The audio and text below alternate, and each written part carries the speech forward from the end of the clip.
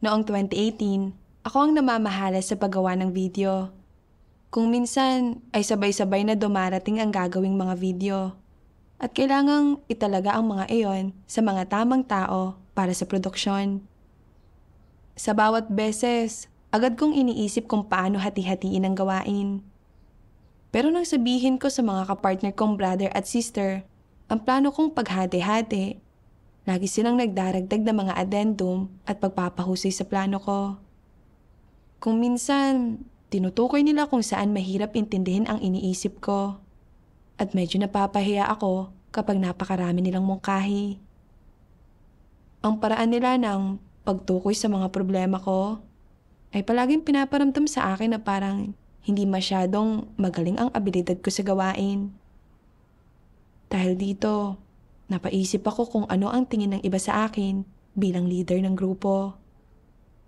Bukod pa riyan, ang isa sa dalawa kong kapartner ay may natatanging kakayahan sa gawain. Ang isa naman ay maraming profesional na karanasan at matagal na ring nananalig sa Diyos. Pareho silang lubos na nakakaintindi sa mga problema at hindi ako binibigyan ng pagkakataong sumikat. Inisip ko kung paanong pagdating ng panahon, maaaring maramdaman ng aking mga kapatid na bukod sa paggawa ng ilang video bilang leader ng grupo, wala akong gaanong silbi sa gawain ng grupo. Nang lalo akong mag-isip ng ganito, lalong lumala ang pakiramdam ko at nagsimula akong mag-isip. Kung magagawa ko ng kaunti pa at ng mas mahusay pa, ang mga bagay na hindi kayang asikasuhin ng mga kapartner ko, hindi ko ba magagawang sumikat? Medyo mahusay ang mga profesional na kasanayan ko sa grupo at sinasabi ng mga kapatid na maganda ang pagpasok ko sa buhay. Kaya kung gugugol ako ng mas maraming oras sa paglutas ng mga kalagayan ng aking mga kapatid at magbabahagi ng mas maraming profesional na kaalaman ko, siguradong titingalain nila ako. Kaya kailangan man nila iyon o may mga problema sila, lagi kong kinukumusta ang mga kalagayan nila at nakikipagbahaginan ako sa kanila. Gayun din, madalas akong maghanap ng technical na impormasyon at magbuod ng profesional na mga pamamaraan na maibabahagi sa kanila. Kahit na inaantala nito ang gawain sa produksyon ng video, iginiit kong gawin ang mga bagay na ito. Pakiramdam ko ay sulit ang pagsasakripisyong ito. Dahil mali ang mga layunin ko, hindi ko maintindihan ang mahalagang gawain. Kapansin-pansin ang pagbaba ng pagiging epektibo ng aking gawain. At palaging nagkakaroon ng mga problema. Minsan, nakagawa ko ng isang simpleng pagkakamali na malamang na hindi gawin kahit ng isang baguhan na labis ko talagang ikinahiya. Naisip ko, katawa-tawa na bilang isang leader ng grupo, nakagawa ako ng gayon kasimpleng pagkakamali. Kung wala akong gagawin para mapanumbalik ang reputasyon ko, paano ko makakapagpapatuloy bilang leader ng grupo? Pagkatapos na yon, para maiwasan na maliitin ako, isinubsob ko ang sarili ko sa aking gawain. Hindi man lang ako nagtatanong tungkol sa pag-usad ng gawain ng grupo. At tuwing makakatanggap ako ng gawain, dali-dali kong ipinapasa iyon sa mga kapatid. At hindi ko na iyon inaalala. Humantong ito sa ilang beses na pag-aantala ko sa pagtatalaga ng mga gawain dahil hindi ko kinumusta ang gawain sa oras. Napakamanhid ko noon. Nang mangyari ang mga bagay na ito, hindi ko pinagnilayan ang sarili ko. Kalaunan, alinsunod sa mga kinakailangan sa gawain, nagsanay kami ng mga partner ko ng ilang bagong miyembro ng grupo. Naisip ko na si Sister Lee, na sinasanay ko noon, ay may mas matibay na pundasyon kaysa sa iba. At kung mabilis ko siyang malilinang, mapapatunayan ko na mahusay ang abilidad ko na maglinang ng mga tao. Gayunpaman, pagkatapos ng isang panahon ng aktwal na pakikipag-ugnayan sa kanya, nalaman ko na katamtaman ang kanyang kakayahan at na medyo mabagal ang kanyang pag-usad. Pagkatapos na yon, hindi na ako gaanong nag-iingat o nag-iisip kapag tinuturuan ko siya. Kapag may mga tanong siya, pabasta-basta lang ang sagot ko. Minsan, kapag hindi niya naiintindihan ang mga sagot ko, parang masyadong nakakaabala pa na magpaliwanag. Dahil dito, pagkaraan ng ilang panahon, hindi lang siya hindi umusad, kundi naging mas mahirap pa para sa kanya na gampanan ng kanyang tungkulin. Kalaunan, iminungkahi ng partner ko na tuturuan namin ng mga pamamaraan si Sister Lee. At naisip ko, ngayon, inaatake mo lang ang reputasyon ko. Ano't ano man, ako ang leader ng grupo. Palagay mo ba, kailangan ko ang tulong mo para turuan si Sister Lee? Ipamumukha lang noon na lubos akong walang kakayahan, hindi ba? Ngunit natanto ko na hindi naging epektibo ang pagsasanay ko, kaya hindi ko siya diretsahang matanggihan. Ang nagawa ko na lang ay atubiling sumang-ayon. Para mabawi ang kaunting dignidad, gusto kong maghanap ng iba pang mga oportunidad na mapatunayan ang sarili ko. Minsan, nagkaroon ang isa pang grupo ng ilang profesional na suliranin at humingi sa akin ng tulong. Naisip ko, bihirang pagkakataon ito. Kung maaasikaso ko ng wasto ang problemang ito, siguradong titingalain ako ng mga kapatid. At baka kumalat pa nga rin sa ibang mga grupo ang magandang reputasyon ko.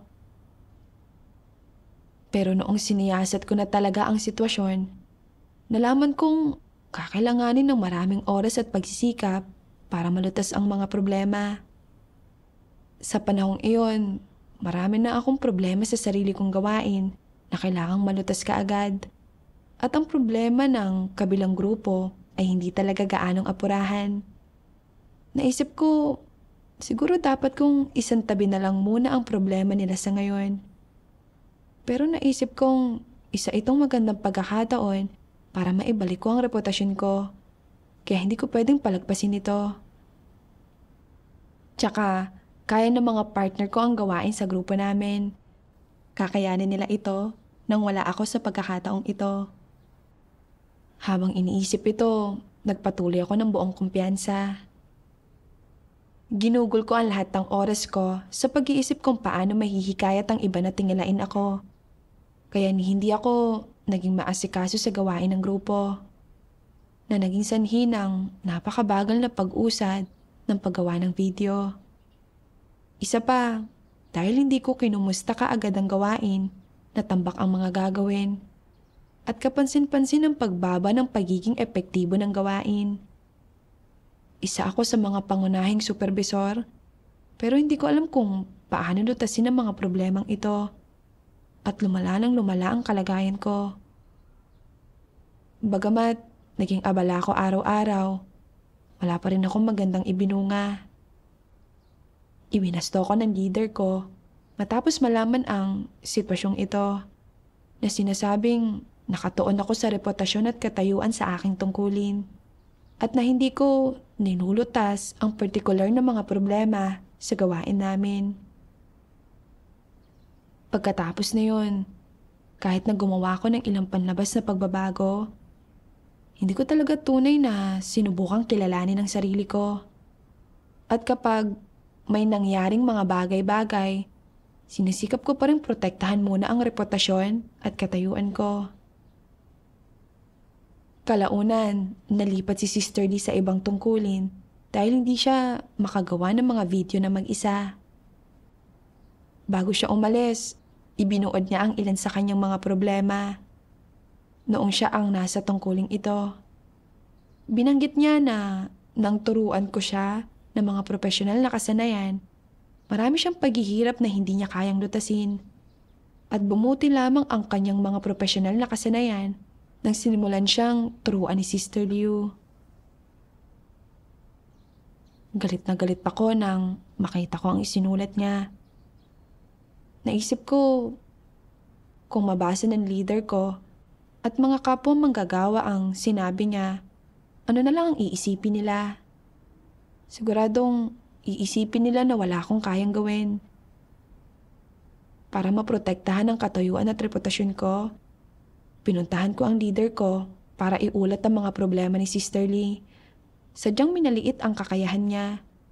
Pinalaki kung paano niya inaraos lang ang mga tungkulin niya at madalas makipagtalo.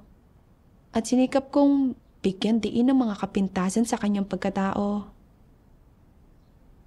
Nagulat ako nang sabihin ng leader ko, kung totoo iyan, baka hindi angkop na siya ang pagdiligin sa mga baguhan. Nang marinig ko iyon, nabigla ako. Hindi ko inakala kailanman na ang mga salita ko ay magdudulot ng ganoong kahihinatnan. Kung hindi nagawang diligan ni Sister Lee ang mga baguhan dahil sa sinabi ko, talagang gumagawa ako ng kasamaan. Gusto kong ipaliwanag ito sa leader ko. Pero naisip ko na masama na ang reputasyon ko sa isip ng lahat. Kung magiging tapat ako tungkol dito, bukod sa magmumukha kong walang silbi sa gawain ko, iisipin ng mga tao na masama ang pagkatao ko. Kaya sinabi ko nang may kalabuan sa leader, dapat mong siyasatin ito. Kalaunan, pagkatapos magsiyasat at mapatunayan ang mga bagay-bagay, natuklasan ng leader na hindi naman kasing seryoso ng sinabi ko ang mga problema ni Sister Lee at hindi siya inilipat. Dahil matigas kong hinangad ang reputasyon at katayuan at dahil ayaw kong magbago, batay sa mga pagsusuri sa akin ng mga kapatid, sinabi ng leader ko na irresponsable ako sa tungkulin ko. Hindi ako gumawa ng praktikal na gawain. Ginawa ko lang ang mga bagay para magmukha akong magaling. Kaya tinanggal ako dahil sa mga bagay na ito. Hindi ko ito maintindihan. Labis ako naging abala sa tungkulin ko araw-araw. At ganito ang naging kinalabasan ng mga bagay-bagay. Kung nalaman ng aking mga kapatid ang dahilan kaya ako tinanggal, tiyak na sasabihin nila na may masama akong pagkatao at na hindi ako isang taong naghahangad na matamo ang katotohanan. Paano ko pakikitunguhan ang lahat sa hinaharap? Habang iniisip ito, nakaramdam ako ng hindi maipaliwanag na kalungkutan. Pero alam ko na ano man ang mangyari, bago ang anumang bagay, kailangan kong sumunod. Tinako ang landas na ito at wala akong ibang dapat sisihin kundi ang sarili ko. Noong panahong iyon, gusto kong pagnilayan ang mga problema ko. Kaya nagdasal ako sa Diyos at iniling ko sa Kanya na gabayan ako sa pagkilala sa aking sarili. Kalaunan, nabasa ko ang ilang salita ng Diyos at nakita ko ang isang siping ganap na naglalarawan sa kalagayan ko. Sabi ng makapangyarihang Diyos, ang mga antikristo ay nabubuhay bawat araw para lamang sa reputasyon at katayuan. Nabubuhay lamang sila para magpakasasa sa mga pakinabang ng katayuan. Ito lamang ang iniisip nila. Kahit kapag dumaranas nga sila ng kaunting paghihirap, paminsan-minsan, o nagbabayad ng kaunting halaga, para ito sa pagtatamo ng katayuan at reputasyon.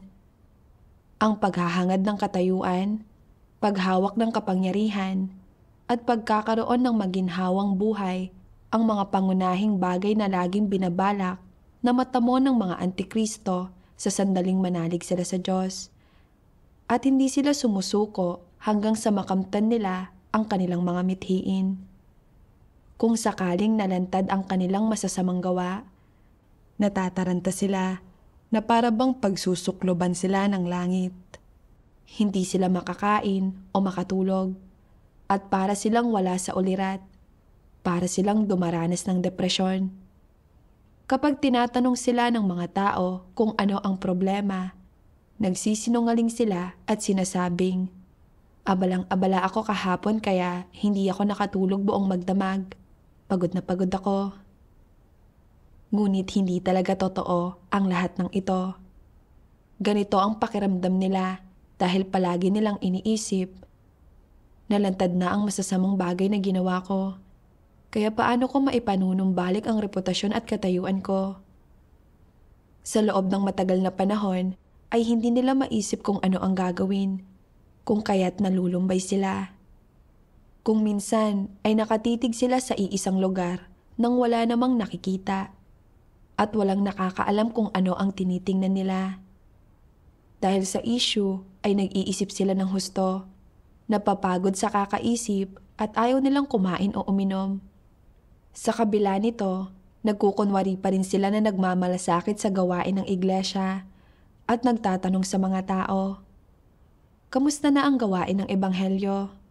Gaano kabisa ang pangangaral nito? Nagkamit na ba ng anumang pagpasok sa buhay ang mga kapatid kamakailan? Mayroon bang nanggagambala at nanggugulo?" Ang mga tanong nilang ito tungkol sa gawain ng iglesia ay para magpakitang tao sa iba. Kung malaman man nila ang mga problema, wala silang paraan para lutasin ang mga iyon. Kaya ang kanilang mga tanong ay formalidad lamang na malamang na ituring ng iba na pagmamalasakit sa gawain ng iglesia.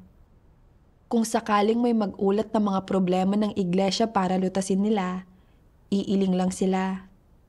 Walang pakana na makakatulong sa kanila at kahit na gustuhin nilang magpanggap, hindi nila magagawa at mamimiligro silang malantad at mabunyag.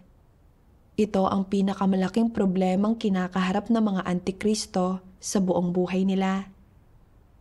Saan man may mga antikristo, anuman ang saklaw ng kanilang impluwensya, isang grupo man ito o isang iglesia, basta't hawak nila ang kapangyarihan, nahahadlangan ang gawain ng iglesia at kalooban ng Diyos doon. Bakit hindi maipatupad ang mga pagsasaayos ng gawain ng sambahayan ng Diyos?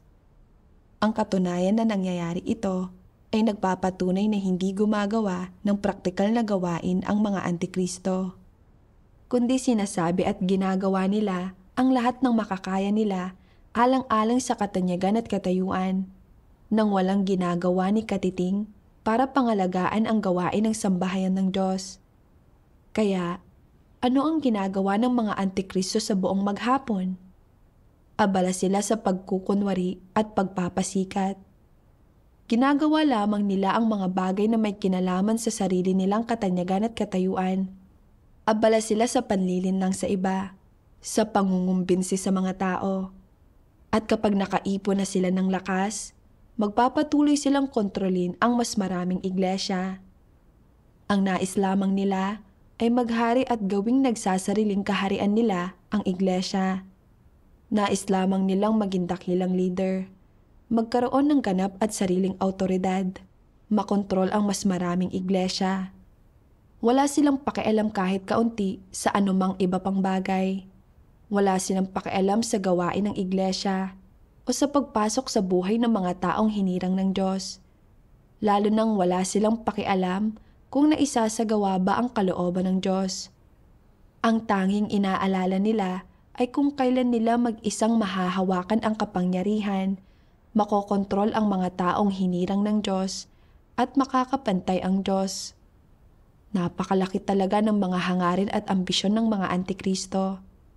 Gaano man kasipag tingnan ang mga antikristo, abala lamang sila sa sarili nilang mga hangarin, sa paggawa ng gusto nilang gawin, at sa mga bagay na nauugnay sa sarili nilang katanyagan at katayuan. Ni hindi nila iniisip ang kanilang mga responsibilidad o ang tungkulin na dapat nilang ginagampanan. At wala talaga silang ginagawang tama. Ganito ang mga antikristo. Sila ang diablong si Satanas na nanggagambala at nanggugulo sa gawain ng Diyos. Inihayag ng salita ng Diyos na ang mga antikristo ay nabubuhay lamang para sa reputasyon at katayuan, at hindi kailanman gumagawa ng kahit anong praktikal na gawain. Para mapigilan ng iba na makilala at mahalata sila, nag-iisip sila ng husto para makahanap ng mga paraan na mapanatili ang kanilang posisyon. At masaya silang antalahin ng mga gawain ng iglesia para magawa ito. Pinagnilayan ko ang lahat ng kilos ko at pag-uugali mula na maging leader ako ng grupo. At nakita ko na kapareho ng isang antikristo ang kilos ko. Nang makita kong mas komprehensibong nakikita ng mga partner ko ang mga issue at nang palagi nilang tinutukoy ang mga kapintasan sa gawain ko, natakot akong isipin ng mga kapatid na may mahina akong kakayahan at hindi mahusay sa gawain ko. Kaya sinikap kong samantalahin ang bawat pagkakataon para mabawi ang dignidad ko. Gumugal ako ng oras sa pag-oorganisa ng impormasyon tungkol sa mga profesional na kasanayan para makita ng lahat na nagdala ako ng pasanin at naunawaan ko ang mga bagay na ito. Isinantabi ko pa nga at pinaliwala ang mga apurahang problema sa grupo na kailangang lutasin. At sa halip ay ginugol ang oras ko sa paglutas ng problema para sa isa pang grupo para magpakitang gilas. Matapos akong magkamali sa video ko, natakot akong sabihin ng mga kapatid ko na mahina ang mga kasanayan ko. Kaya isinantabi ko ang gawain ng grupo at isinubsob ang sarili ko sa sarili kong mga gampanin sa produksyon. Umaasang magagawa ko ng maayos sa mga gawain para mapatunayang may abilidad ako. Ginamit ko rin ang paglilinang sa iba bilang pagkakataon na mapatunayan ang sarili ko. Pero nang malaman ko na hindi sapat ang bilis ng paglago ni Sister Lee para maipakita ang sarili kong mga abilidad, nagsimula akong manlamig at mawalan ng interes sa kanya. Kaya naging imposible para sa kanya na makabisado ang mga kasanayan. Ang inalala ko lang ay ang paghahangad ng reputasyon at katayuan at paggawa ng mga bagay na may pakinabang sa akin, hindi ang paggawa ng aktwal na gawain. Nagsanhi ako ng mga pagkaantala at pinsala sa gawain ng iglesia. Hindi ba kapareho ng sa isang antikristo ang ugali kong ito? Kahit matapos malipat ng tungkulin si Sister Lee, hindi ako nakonsensya.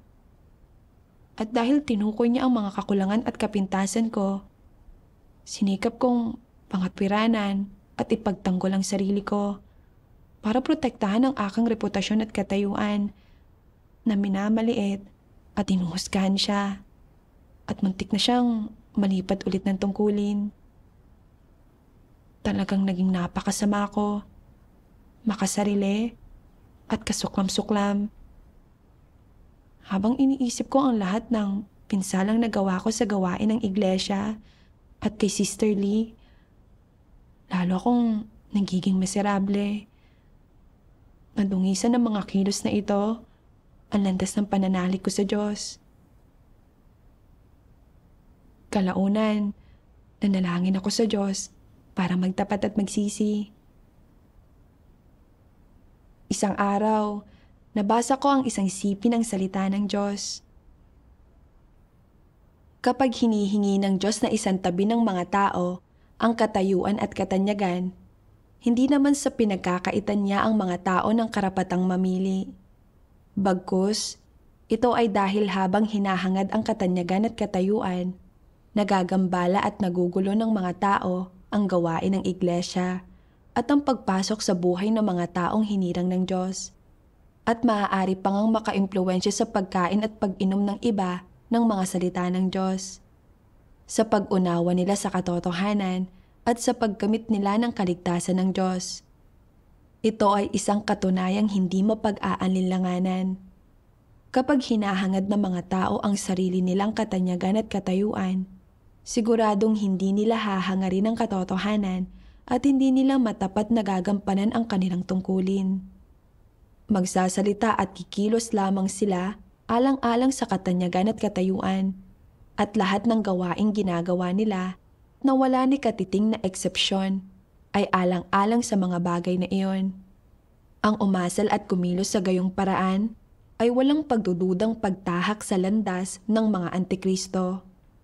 Ito ay isang paggambala at panggugulo sa gawain ng Diyos.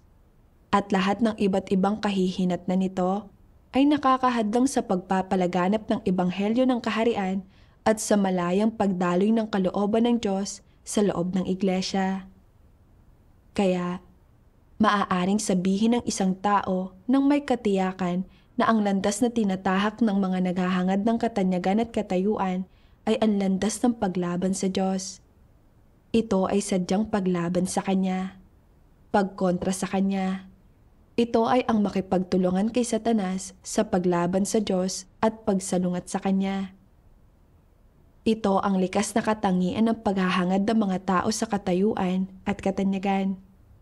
Ang problema sa mga taong naghahangad ng pansarili nilang mga interes ay ang hinahangad nila ang mga hangarin ni Satanas. Ang mga ito ay mga hangarin na masasama at hindi makatarungan. Kapag hinahangad ng mga tao ang mga personal na interes, gaya ng katanyagan at katayuan, hindi nila namamalayang nagiging kasangkapan na pala sila ni Satanas. Nagiging daluyan na sila ni Satanas. At higit pa rito, nagiging kinatawan sila ni Satanas. Isang negatibong papel ang ginagampanan nila sa iglesia, sa gawain ng iglesia, at sa normal na buhay iglesia at normal na paghahangad ng mga taong hinirang ng Diyos. Ang epekto nila ay mang-abala at maminsala. Mayroon silang masama at negatibong epekto. Matapos kong basahin ang salita ng Diyos, sa wakas ay natanto ko na nang maghangad ako ng katayuan at protektahan ng mga personal kong interes, sa diwa, kumikilos ako bilang lingkod ni Satanas at kinagambala ang gawain ng iglesia. Alam kong hindi kasing husay ng sa mga partner ko ang kakayahan at mga profesional na kasanayan ko sa gawain. Kung nagawa kong magpakumbabang matutong mula sa kanila at makipagtulungan ng maayos sa kanila, hindi lang sana ako nagkaroon ng kaunting pag-unlad sa aking mga kasanayan. Nagawa ko rin sanang maunawaan ang ilang prinsipyo ng katotohanan. Magiging isang magandang bagay sana ito para sa akin. Pero hindi ko nalaman kung ano ang mabuti para sa akin. Ang titulong leader ng grupo ay tuluyang sumira sa isipan ko. Hindi ko ginugol ang oras ko sa paggawa ng aktwal na tungkulin o gumugol ng pagsisikap sa aking pangunahing gawain. Sa halip, gumawa ko ng mga paraan para magkunwari at magpakitang gilas para hangaan ako ng iba. Naupo ako sa posisyon ng leader ng grupo nang hindi talaga gumagawa ng praktikal na gawain at dinadlangan at inantala ko ang pag-usad ng aming gawain. Kinamumuhian at kinasusuklaman ng Diyos ang mga bagay na ginawa ko. Ang pagtatanggal sa akin ay nagpakita ng matuwid na disposisyon at proteksyon ng Diyos para sa akin. Nang maisip ko ang pinsalang na idulot ko sa gawain ng iglesia, lalo akong nakonsensya. Nanalangin ako sa Diyos. Diyos ko, napakatindi ng pagnanais ko sa katayuan. Kung wala ang paghahayag na ito, hindi ko alam kung gaano katagal ako mananatiling manhid. Gusto kong gamitin ang kabiguang ito para pagnilayan ng wasto ang sarili ko at lutasin ang problema ko. Kalaunan, nang maghanap ako ng landas ng pagsasagawa, nabasa ko ang 2 sipi ng mga salita ng Diyos. Huwag kang laging gumawa ng mga bagay para sa sarili mong kapakanan at huwag mong palagiang isaalang-alang ang iyong mga sariling interes. Huwag mong isaalang-alang ang mga interes ng tao. At huwag isipin ang iyong sariling pagpapahalaga sa sarili, reputasyon o katayuan. Kailangan mo munang isipin ang mga interes ng sambahayan ng Diyos at unahin ang mga iyon. Dapat mong isaalang-alang ang kalooban ng Diyos at magsimula sa pagkonsidera kung ikaw ba ay naging hindi dalisay sa iyong tungkulin. Kung ikaw ba ay naging matapat, natupad ang iyong mga pananagutan, at naibigay ang lahat mo. Gayon din kung buong puso mo nang naisaisip o hindi ang iyong tungkulin at ang gawain ng iglesia. Kailangan mong isaalang-alang ang mga bagay na ito. Isipin mong madalas ang mga ito at intindihin ang mga ito. at magiging mas madali sa iyong gampanan ng maayos ang iyong tungkulin. Kung katayuan at katanyagan lamang ang hinahangad ng mga tao, kung sariling mga interes lamang ang pinagsisikapan nila, hindi nila kailanman matatamo ang katotohanan at ang buhay, at sila ang mawawalan sa huli. Inililigtas ng Diyos ang mga naghahangad ng katotohanan. Kung hindi mo tatanggapin ang katotohanan, at kung wala kang kakayahang pagnilay-nilayan at alamin ang sarili mong tiwaling disposisyon, tunay ngang hindi ka magsisisi at hindi ka magkakaroon ng pagpasok sa buhay. Ang pagtanggap sa katotohanan at ang kilalanin ang iyong sarili ay ang landas tungo sa pag-unlad ng iyong buhay at sa kaligtasan. Ito ang pagkakataon para sa iyo na lumapit sa harapan ng Diyos at tanggapin ang masusing pagsisiyasat ng Diyos at tanggapin ang paghatol at pagkastigo ng Diyos at matamo ang buhay at ang katotohanan. Kung susukuan mo ang paghahangad ng katotohanan dahil naghahangad ka ng katayuan at katanyagan at sarili mong mga interes, katumbas lang ito ng pagsuko sa oportunidad na tanggapin ang paghatol at pagkastigo ng Diyos at pagtatamo ng kaligtasan. Pinipili mo ang katayuan at katanyagan at ang sarili mong mga interes, pero ang isinusuko mo naman ay ang katotohanan, at ang mawawala sa iyo ay buhay, at ang pagkakataong maligtas. Ano ang mas mahalaga? Kung pipiliin mo ang sarili mong mga interes at tatalikuran ang katotohanan, hindi ka ba tanga? Sa madaling salita, isa itong malaking kawalan para sa isang maliit na pakinabang. Ang katanyagan, katayuan, pera, at interes ay pawang pansamantala lamang. Panandalian ang lahat ng ito. Samantalang ang katotohanan at ang buhay ay walang hanggan at hindi nagbabago. Kung lulutasin ng mga tao ang kanilang tiwaling disposisyon na nagsasanhi para hangarin nila ang katayuan at katanyagan, may pag-asa silang magtamo ng kaligtasan. Bukod dito, ang katotohanang nakakamit ng mga tao ay walang hanggan. Hindi ito makukuha ni Satanas mula sa kanila o ng kahit na sino man. Tinalikuran mo ang iyong mga interes, ngunit ang nakamit mo ay ang katotohanan at kaligtasan. Ang mga resultang ito ay pagmamay-ari mo. Nakamit mo ang mga ito para sa iyong sarili. Kung pipiliin ng mga tao na isagawa ang katotohanan, kahit na wala na ang mga pansarili nilang interes, natatamo nila ang pagliligtas ng Diyos at ang buhay na walang hanggan. Ang mga taong iyon ang pinakamatatalino. Kung makikinabang ang mga tao kapalit ng katotohanan, ang nawawala sa kanila ay buhay at pagliligtas ng Diyos. Ang mga taong iyon ang pinakahangal. Ipinaunawa sa akin ng salita ng Diyos na sa tungkulin natin, dapat nating talikdan ang ating mga maling layunin at hangarin.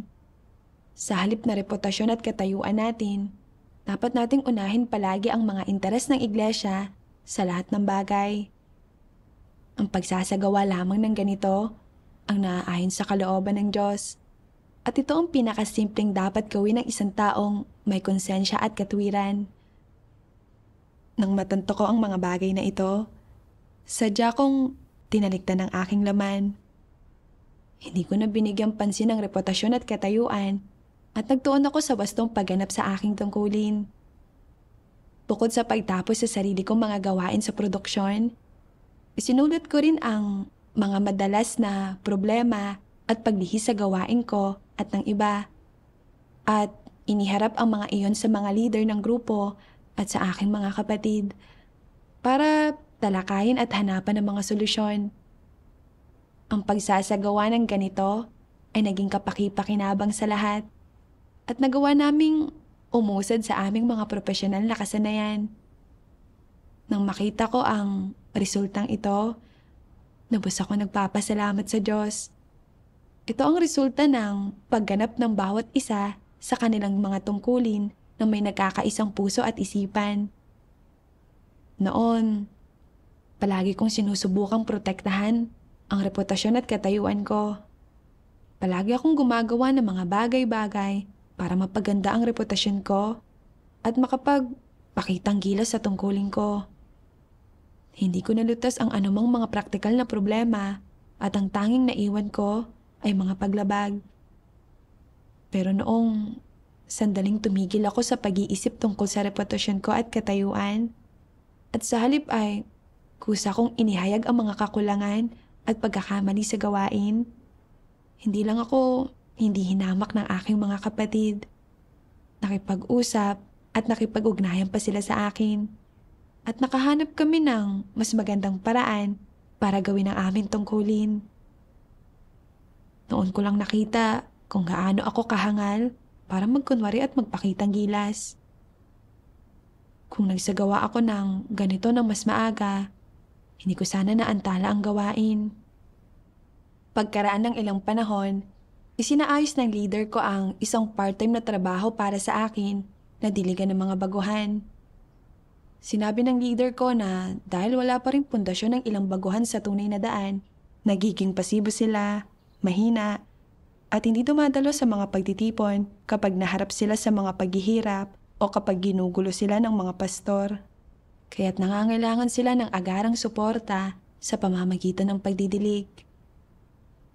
Bagamat alam kong napakahalaga ng tungkuling ito, medyo nag-aatubali pa rin ako.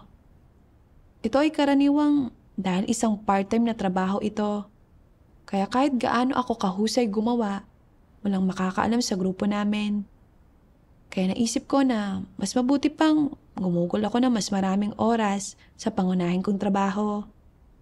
Pwede kong gugulin ang bakanteng oras ko sa pagpapabuti ng aking mga profesional na pamamaraan.